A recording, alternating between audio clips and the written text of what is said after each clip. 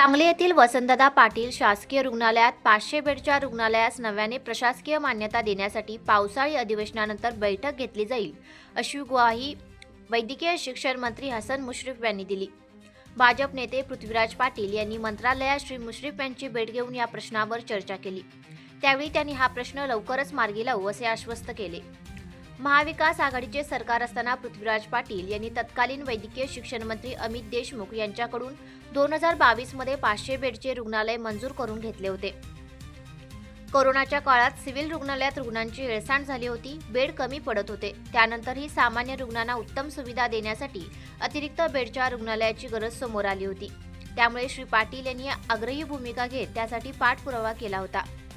त्यावेळी सदरच्या हॉस्पिटल इमारतींच्या बांधकाम अंदाजपत्रकास मान्यता मिळाली होती। 233 कोटी इतक्या रकमेच्या बांधकामास प्रशासकीय मान्यता देण्यात आली होती।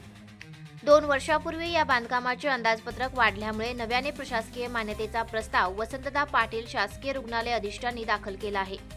या प्रस्तावास अद्यापही प्रशासकीय मंजुरी मिळाली नाही। त्याबाबत श्री पाटील यांनी मंत्री श्री मुश्रीफ यांना अवगत केले। त्यांनी त्याची दखल घेत पावसाळी अधिवेशनानंतर तातडीने बैठक घेऊ अशी ग्वाही दिली आहे। पृथ्वीराज पाटील म्हणाले, सांगली शहरासह जिल्ह्यातील कर्नाटक सीमा भागातील कोकण पट्ट्यातील असंख्य रुग्ण सांगलीत उपचार घेण्यासाठी येत असतात।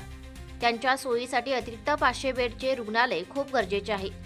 वैद्यकीय शिक्षण मंत्र्यांनी याआधी रुग्णालयाची पाहणी केलेली आहे। आता नव्याने प्रशासकीय मान्यता गरजेची असून त्यासाठी त्यांनी सकारात्मक प्रतिसाद दिला आहे। हा प्रश्न लवकर मार्गी लावण्याचा माझा प्रयत्न आहे। महाविकास आघाडीचं सरकार असताना सांगलीच्या सिव्हिल हॉस्पिटल करता 29 जून 2022 रोजी 500 बेडचं हॉस्पिटल मंजूर झालेलं होतं।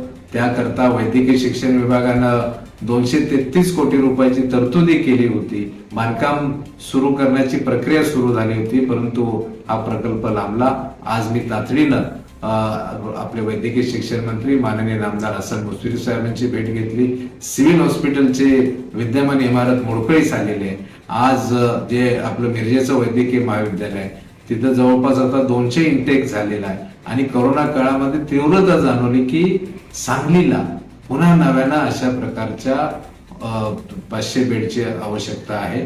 त्यामुळं मी पुन्हा एकदा आज मुश्रीफ साहेबांना याचं एक निवेदन दिलं आणि त्यांना जाणीव करून दिली की हॉस्पिटल नव्यानं मंजूर करणं गरजेचं आहे। म्हणून आज त्यांनी तातडीनं वैद्यकीय शिक्षण विभागाचे सचिव यांना आदेशित केलं की ही कारवाई तात्काळ तुम्ही पूर्ण करा आणि मला त्यांनी आश्वासन दिले की अधिवेशन संपल्यानंतर तातडीनं या संदर्भामध्ये बैठक घेऊन नवीन प्रशासकीय मान्यता या हॉस्पिटल करता देऊ। वाढीव एस्टिमेट सह कुठे निधी कमी पडणार नाही याची ग्वाही त्यांनी दिली आणि मी सांगलीकर जनतेला जो सर्वसामान्य रुग्ण आहे, सर्वसामान्य सांगलीकर नागरिकांना आश्वस्त करू इच्छितो की माझ्या पाठपुराव्यानं निश्चितपणानं हे 500 बेडचं हॉस्पिटल मंजूर होईल। धन्यवाद।